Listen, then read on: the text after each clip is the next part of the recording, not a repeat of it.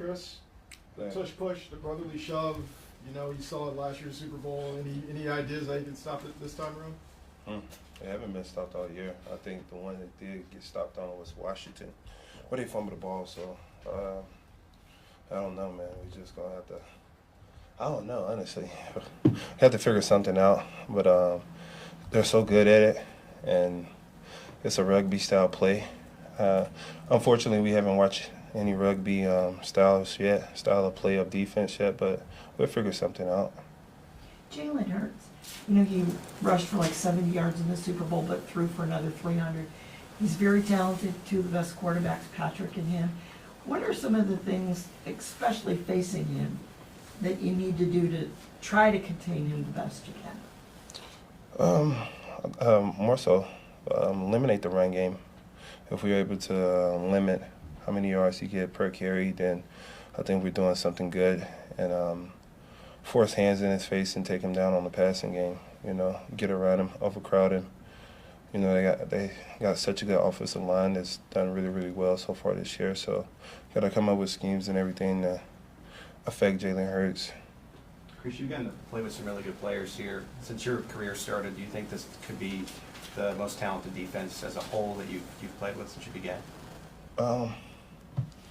Overall, I still think we can get so much better. So far, so good. As the best overall defense, I mean, it's still halfway through the season. For me to say that now and we end up at that last, it doesn't even matter. So I think we take it one game at a time, continue to get better, and then you ask me this question at the end of the year, I have an answer for you. Chris, have you seen a similar amount of attention from offensive lines, whether it's style or the amount of guys that will block you that you have in the past? Yeah, it's similar. It's expected, though. You know, thankfully I have guys who've been excelling around me. George Karlaftis, Mike Dana, Tershawn Wharton, who's having outstanding years so far. So we got to keep it up, take advantage of our one-on-ones. As long as we're able to do that, I'm able to get free and probably get a one-on-one and cause a little havoc. Chris, Coach talked about those guys you mentioned. He said that they were no-name guys. Guys like Mike Dana don't really get the credit that they should. Do you feel that way? Yeah. This is when you think about it. This is a selfish group. You know, it's not about names. It's it's not about numbers either. I think people get caught up. I was listening to the broadcast talk about Quentin Williams and how special he is to the Jets defensive line, but he don't have as many sacks as he did last year. And the interesting point on that was he's making everyone around him better.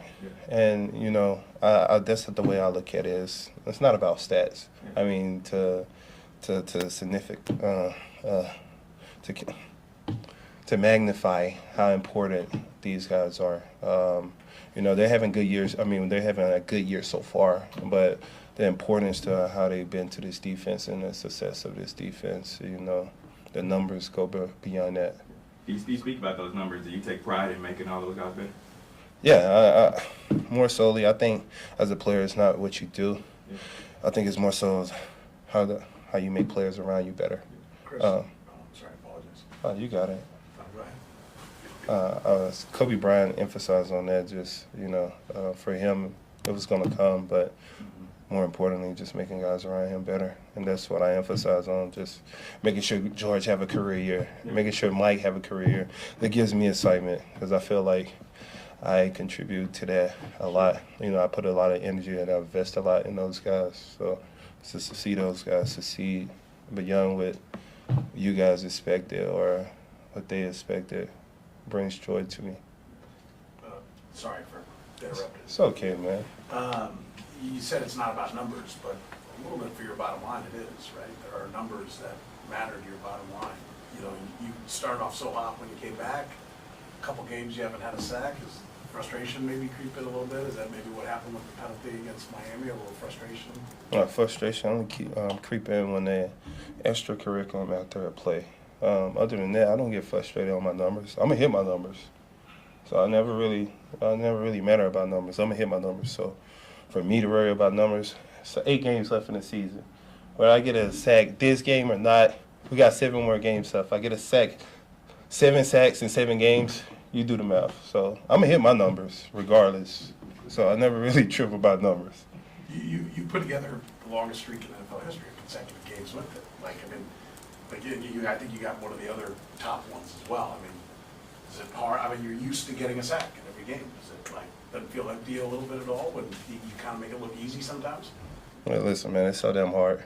To be honest with you, it's so damn hard. With all the attention I get, it gets hard. But when you got guys around you that's succeeding, it makes it easier for you. So some games you might get the double team the whole game, and you might not have that opportunity to win. In one game, you might get a double team 50%. Then so 50%, I got a chance of beating a guy one-on-one. That's the way I look at it. So, you know, frustration can creep in when you feel like your numbers matter. But for me, I don't give a damn about numbers, honestly. Because in my head, I feel like whatever I want is still ahead of me. It's 8 games left. It's another half of a season left. First half of the season, I had 5 sacks, you know. And then I missed the game, right?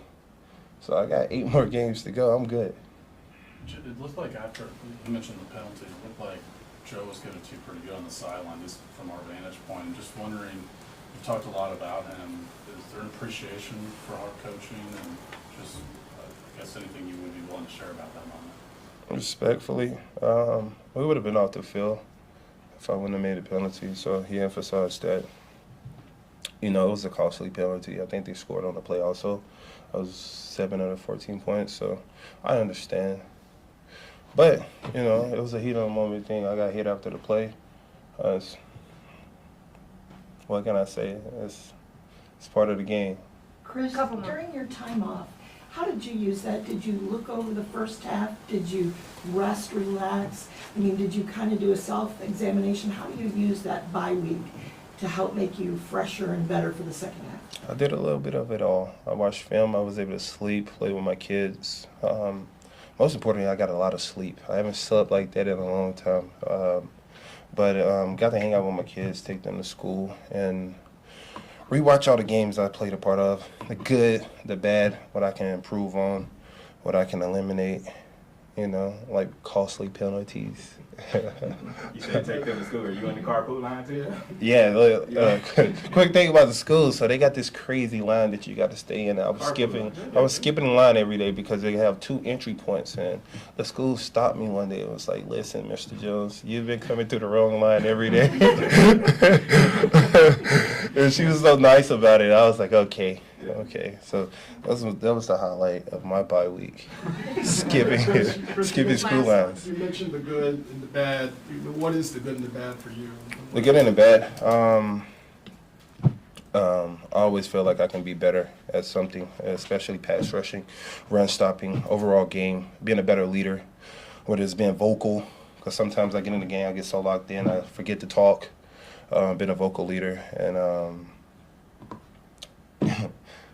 believe it or not, coach been giving me an excessive amount of loafs on the field, and I don't like a loaf. A loaf is if the player's 10 yards away from you, he wants you to run 10 yards to the play. But the player's going to come back after the referee blow the whistle. So I'm a 5-step guy, 5 steps, and just dumb it down. I never make the play 10 yards downfield. So I can improve on that. You know, just small things, you know, footsteps, eye discipline, hand placement, you know. So looking out over those things, seeing where I can get better at. What coach does, is that Colin that does that, you said? Yeah. Loaves. I know, right, bro? Thanks, everybody. 10 yards down the field, I would never get to it. These running backs running 4-4.